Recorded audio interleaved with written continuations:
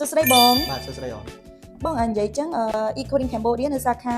ជីកម៉ុង271ហ្នឹងបានបើកដំណើរការឡើងវិញនៅបងបាទ Eco-Link នៅសាខាជីមុងមានបើកឡើងវិញហើយអូអញ្ចឹងហ៎បងបាទនិយាយចឹងមួយទៀត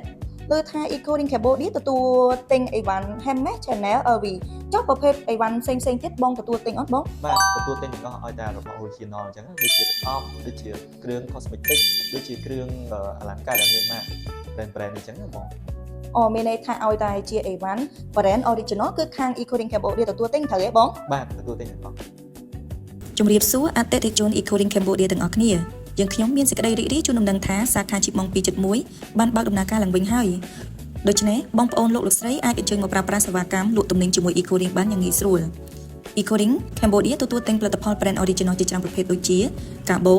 នាឡិកាគ្រឿងអលង្ការស្បែកជើងសម្លៀកបំពាក់និងទំនិញ brand ផ្សេងៗជាច្រើនទៀតសូមអញ្ជើញមកកាន់ Eco-Link Cambodia សាខាជីកម៉ុង271សូមអរគុណ